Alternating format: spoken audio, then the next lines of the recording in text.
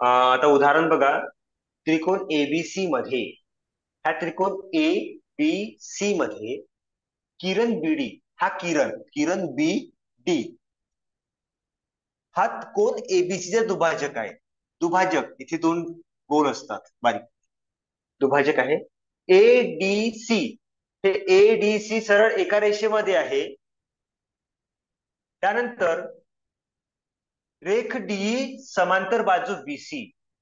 हा जो डी आहे, हा बाजू बीसी ला समांतर आहे, म्हणजे बीसी ला डीई किंवा ईडी हा समांतर आहे. आणि एईसी हे एक रेषीय आहे. जसे एडीसी एकरेषीय आहे, तसेच एईबी हे सुद्धा एकरेषीय आहे. मग सिद्ध काय करा म्हणते? सिद्ध करा म्हणते ए बी छेद बीसी, म्हणजे ए बी छेद बीसी आणि एई छेद ईबी, एई छेद ईबी. आता आपल्याला हे गुणोत्तर सिद्ध करायचे. आता ह्या दोन गुणोत्तर जर तुम्ही निरीक्षण केलं ना, तर तुम्हाला काहीतरी आढळत. आता एबी छेद बीसी म्हणजे ए बी छेद बीसी. आता हे जे गुणोत्तर आहे, हे आहे कोन दुभाजकाच्या प्रमेयावर आधारित.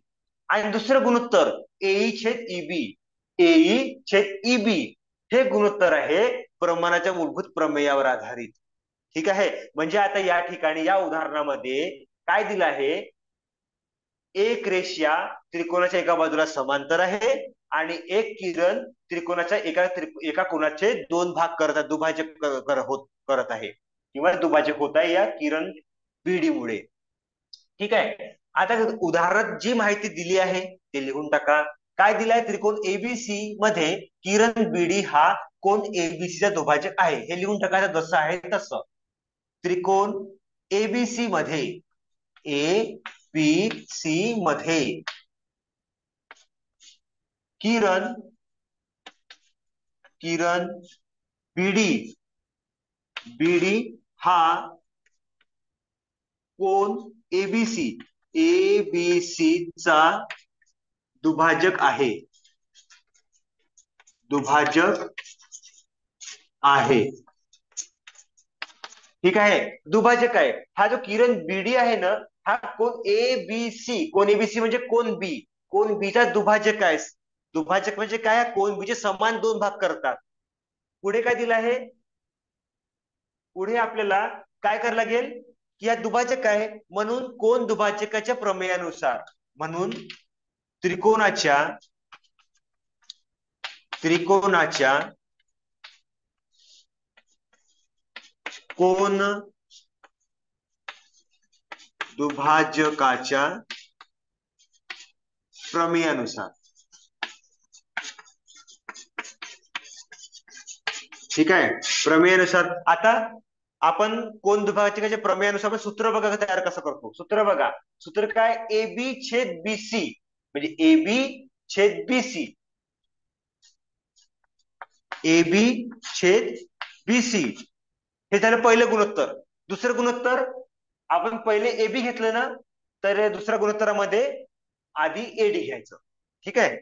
म्हणजे एडी छेद डीसी, हा डीसी म्हणजे हा एक भाग आणि हा दुसरा भाग, हे झालं दोन्ही भाग म्हणून एक दुसरं गुणोत्तर.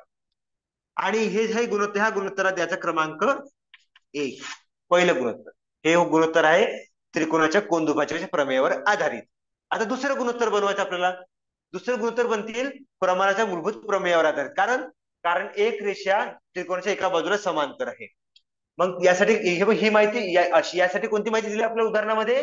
तर रेख डी समांतर बाजू बीसी, रेख डी डी समांतर बाजू बीसी. ठीक आहे.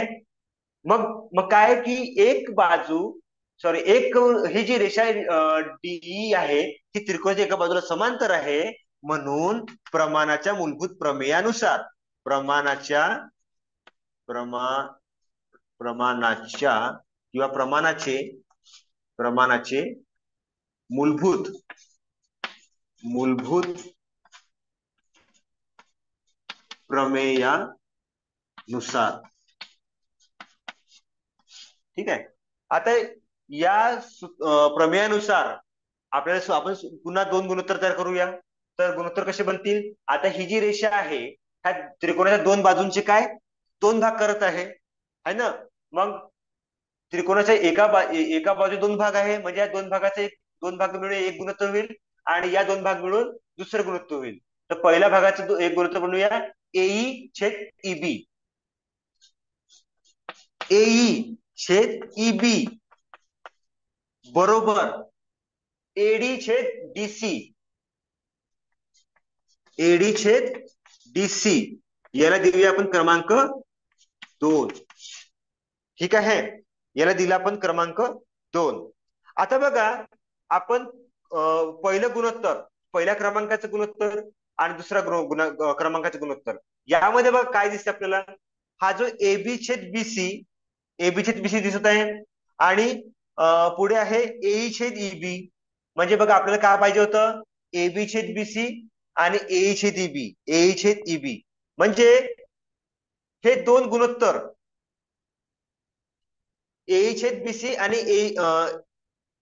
एबी छेद बीसी आणि ए छेद ईबी हे दोन हे दोन सारखे आहे, समान आहे. कशी समान आहे, का बरं समान आहे? हे बघा एडी छेद डीसी म्हणजे एबी छेद बीसी केवढा आहे, एडी छेद डीसी एवढा आहे. आणि ए छेद ईबी केवढा आहे, ह्या याच्या एवढं आहे, एडी छेद डीसी एवढं. बघा दोन्ही ठिकाणी हे समान आलेलं आहे. म्हणजे काय की जर हे दोन्ही ठिकाणी समान आलेलं आहे म्हणजे दोन्ही हे गुणोत्तर, म्हणजे हे जे दोन्ही गुणोत्तर काय आहे, एडी छेद डीसी एवढेच आहे. म्हणून काय दोन्ही समान आहे. ठीक आहे, म्हणून आपण लिहूया 1 व 2 वरून, 1 व 2 वरून हे एबी छेद बीसी आणि ए छेद ईबी केवढे आहे, एडी छेद डीसी. मग जर हे दोन्ही गुणोत्तर एडी छेद डीसी एवढे असेल ना, मग मग हे दोन्ही गुणोत्तर जे आहे एबी छेद बीसी आणि ए छेद ईबी हे दोन समांतर राहणार. म्हणून शेवटी लिहूया उत्तर की एबी एबी छेद बीसी बरोबर एई ए छेद ईबी. ठीक आहे, या प्रकारे आपण हे सिद्ध केलेले आहे की हे दोन्ही गुणोत्तर हे समान आहे. ठीक आहे, आणि दोन्ही समान आहे का बरं, कारण दोन्ही हे एडी छेद डीसी एवढेच आहे, म्हणून हे दोन्ही समान आहे.